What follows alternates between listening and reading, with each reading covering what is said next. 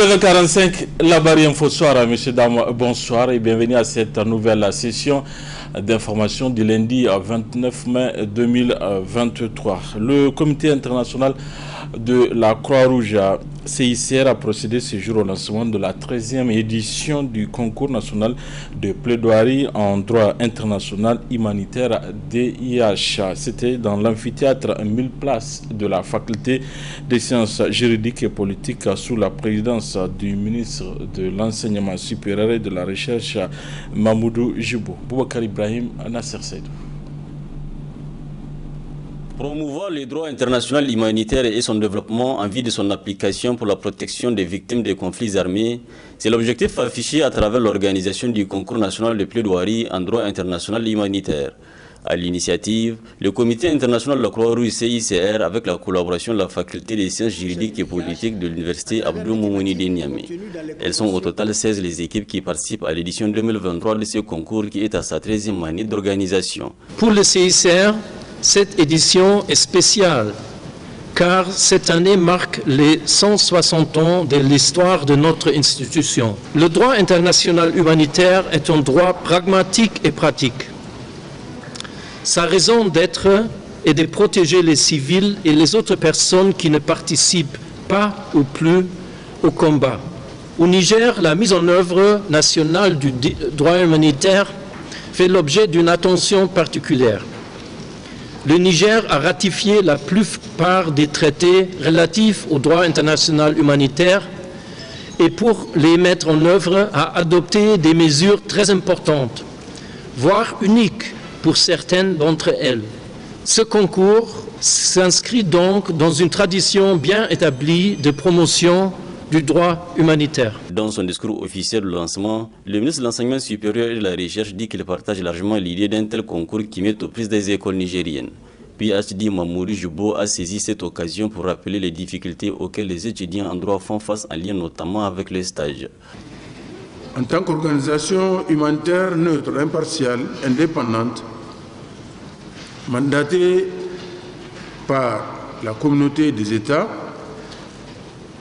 le CICR a pour mission notamment de protéger et d'assister les victimes des conflits armés et autres situations de violence.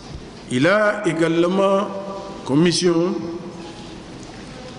de promouvoir le respect du droit international humanitaire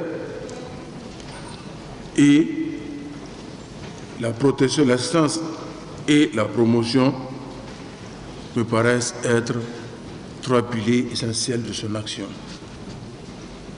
Ce concours constitue une belle occasion pour l'ensemble des acteurs, pour l'ensemble des institutions qui participent, pour s'affirmer en tant que cercle académique, contribuant significativement à accompagner l'État dans la mise en œuvre nationale d'IH.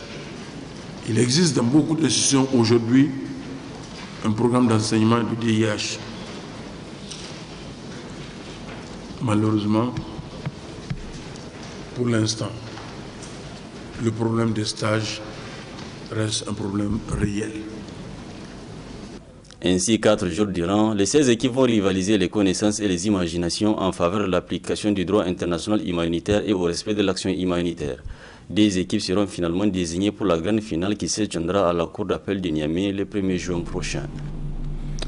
Une caravane presse, gouvernance, paix et cohésion sociale a fait le tour des régions de Maradi, Zender et Tillabéri, où interviennent les projets et programmes financés par l'USAID dans le domaine de la gouvernance, paix et cohésion sociale. C'est ainsi qu'elle a été à Maradi, de la commune de Guidansori, au village de Koki, pour aller à la découverte des réalisations faites par le projet Girl Engage USAID, intervenant dans la réduction de l'incidence du mariage précoce et féroce à travers le maintien des jeunes filles à l'école. C'était sous la conduite du Sahel Collaboration et Communication SCC en compagnie des autorités nigériennes. Hamza Sakou pour le compte-rendu. Donner la priorité à la jeune fille et son accès accru à une éducation de base, sûre et qualité, et lutter contre le mariage précoce Tels sont entre autres objectifs que s'est assigné le projet USAID Girl Engage dans les régions de Tillabéri, Maradi et Zender.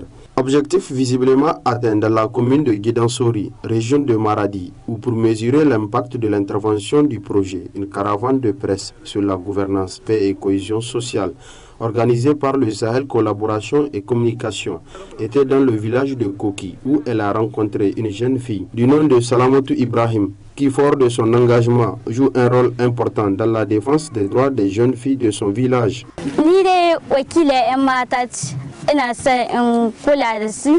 Je suis leader des jeunes filles de mon village.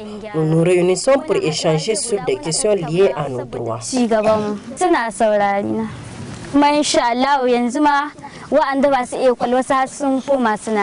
Plusieurs filles ont repris le chemin de l'école grâce à nos séances de sensibilisation. S'agissant de la scolarisation des filles, 99% des filles de ce village vont à l'école, selon le directeur de l'école, également premier rapporteur du comité villageois de protection de l'enfant. Tout début, on a eu pas mal de choses qui s'est passées, mais quand même, avec l'arrivée de ces projets qui nous a réunis, suite à une formation, on a vécu beaucoup de choses et on a appris beaucoup de choses. Et donc c'est ce qui nous a un peu dit à la formation. Sur 10 filles, vraiment, il peut dire qu'on peut trouver 9 qui sont à l'école. Comme je suis un enseignant du terrain, donc je suis là en train de suivre même à l'école parce que le bon nombre des élèves se trouve chez nous. Donc on est là en train de le suivre pas à pas. La mise en place de ce comité de protection de l'enfant a permis d'amoindrir les violences basées sur le genre. Nous avons un projet,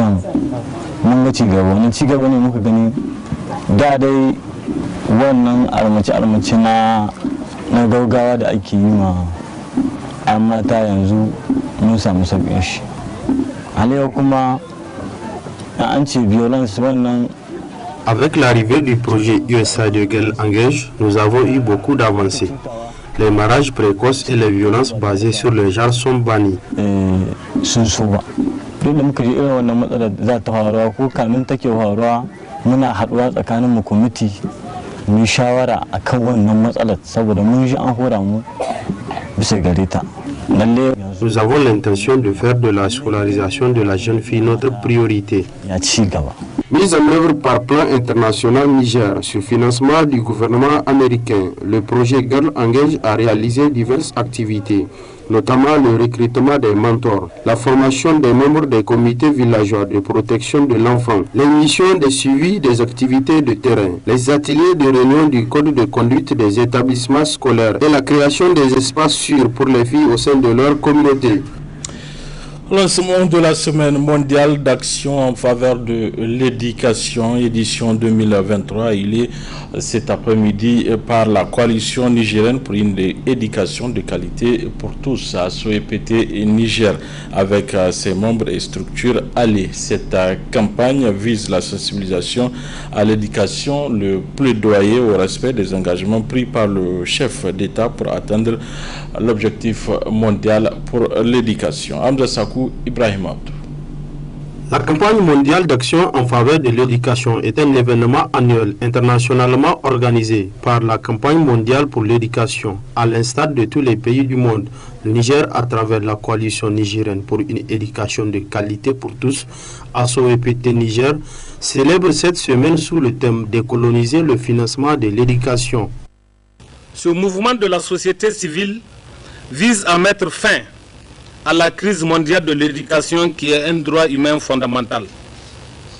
La coalition SOEPT, ses structures membres et alliés, unis par l'engagement en faveur du droit à l'éducation et de la réalisation du changement par la mobilisation sociale et citoyenne, œuvrent pour amener les gouvernements à agir pour réaliser le droit à une éducation publique gratuite et de qualité pour tous les citoyens.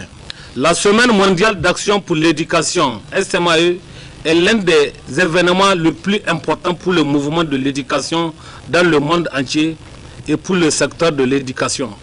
Chaque année, ses membres se réunissent pendant une semaine pour faire des efforts de plaidoyer ciblés en vue de parvenir à une éducation de qualité, équitable et inclusive pour toutes et tous. Coïncidant avec le 20e anniversaire de la SME, la Semaine mondiale d'action pour l'éducation 2023 se déroulera cette année du 29 au 2 juin avec un appel spécial au gouvernement à répondre à l'appel à l'action du sommet de l'éducation transformatrice sur le financement auquel nos chefs d'État ont pris part en septembre 2022 à New York. Un financement national durable de l'éducation s'avère nécessaire au développement du capital humain. C'est pourquoi ASOEPT Niger plaide auprès du président de la République à traduire dans les actes son engagement à investir 22% du budget national dans l'éducation et la formation. ASOEPT, ses membres et ses structures alliées plaident également auprès du gouvernement de mettre en œuvre l'appel à l'action pour le financement de l'éducation du sommet sur la transformation de l'éducation en investissant davantage, plus équitablement et plus efficacement dans l'éducation. Il est aussi plus que nécessaire de renforcer l'amélioration de la gouvernance du système éducatif afin de garantir l'efficacité et l'efficience des ressources mobilisées. À noter qu'au cours de cette semaine, plusieurs activités de plaidoyer, de sensibilisation et des conférences débats seront animées dans les 8 régions du pays. Les magasins de l'OPVN 6 au quartier Lazare ont servi de cadre cet après-midi à une cérémonie de remise de dons du Royaume de l'Arabie Saoudite au Niger. Il s'agit de 50 tonnes de dattes destinées aux populations vulnérables du pays. Le résumé de cette cérémonie, c'est avec Adam Soumana et Sadou Doumi. Comme à ses habitudes, le centre roi Salman de secours et des actions humanitaires du serviteur de Sainte Mosquée vole au secours des populations nécessiteuses du Niger à travers une donation. Ainsi, cette cérémonie marque la réception de 50 tonnes de dattes gracieusement offertes par le souverain saoudien aux Nigériens dans le besoin pour raffermir davantage la coopération entre les deux pays, comme l'a si bien souligné le diplomate saoudien au Niger. من التمور لموسم عام 1444 Cet appui vient pour porter le volume octroyé par le Royaume au Niger dans le domaine alimentaire au cours de cette année à 60 tonnes de dattes et 17 645 kits alimentaires. À ce titre, je voudrais aussi souligner que les relations de coopération, d'amitié et de fraternité entre le Royaume d'Arabie Saoudite et la République du Niger connaissent un grand dynamisme dans tous les domaines sous la conduite éclairée des dirigeants des deux pays frères, Sa Majesté, le serviteur de deux Saintes Mosquées, Roi Salman bin Abdelaziz Al Saoud et son Excellence M. Mohamed Bazoum, président de la République du Niger, chef de l'État. Les deux pays s'emploient à renforcer davantage cette coopération et ce, dans l'intérêt commun des deux peuples frères. الإشارة إلى أن علاقات التعاون والصداقة بين المملكة العربية السعودية وجمهورية النيجر الشقيقة. Naturellement ému par cette marque d'attention du roi saoudien aux populations nigériennes, le ministre des Actions humanitaires a, au nom des autorités nigériennes, transmis la gratitude du peuple du Niger au généreux donateur. Ces 50 tonnes de dattes constituent un deuxième lot que nous recevons aujourd'hui, car le premier lot de 10 tonnes a été réceptionné au courant du mois d'avril passé, soit les 60 tonnes qu'annonçait tantôt son Excellence Monsieur l'Ambassadeur. C'est important donc vient renforcer la tradition dans la coopération entre le Niger et le Royaume d'Arabie Saoudite. En effet, cela fait des années que nous recevons des dons de dates à cette même période. Excellence Monsieur l'Ambassadeur, Permettez-moi, au nom de son Excellence Bazoum Mohamed, Premier Président de la République, chef de l'État, et de son Excellence Oumoudou Mahamoud, Premier ministre, chef du gouvernement, de remercier son Altesse, le roi Altesse Salman Ibn Abdelaziz Al Saoud, serviteur de deux saintes mosquées, pour ce énième don. Aussi, je vous prie de transmettre les salutations fraternelles de son Excellence Bazoum Mohamed, Président de la République, chef de l'État, à son Altesse le roi Salman Ibn Abdelaziz Al Saoud. La signature de réception de ce don et la remise symbolique de date au ministre nigérien des Actions humanitaires et de la gestion des catastrophes ont constitué le temps fort de cette cérémonie, ayant pris fin avec la visite du magasin servant de dépôt à cette donation. Voilà, messieurs et dames, fin de cette édition. Merci à vous de l'avoir suivi. Au revoir.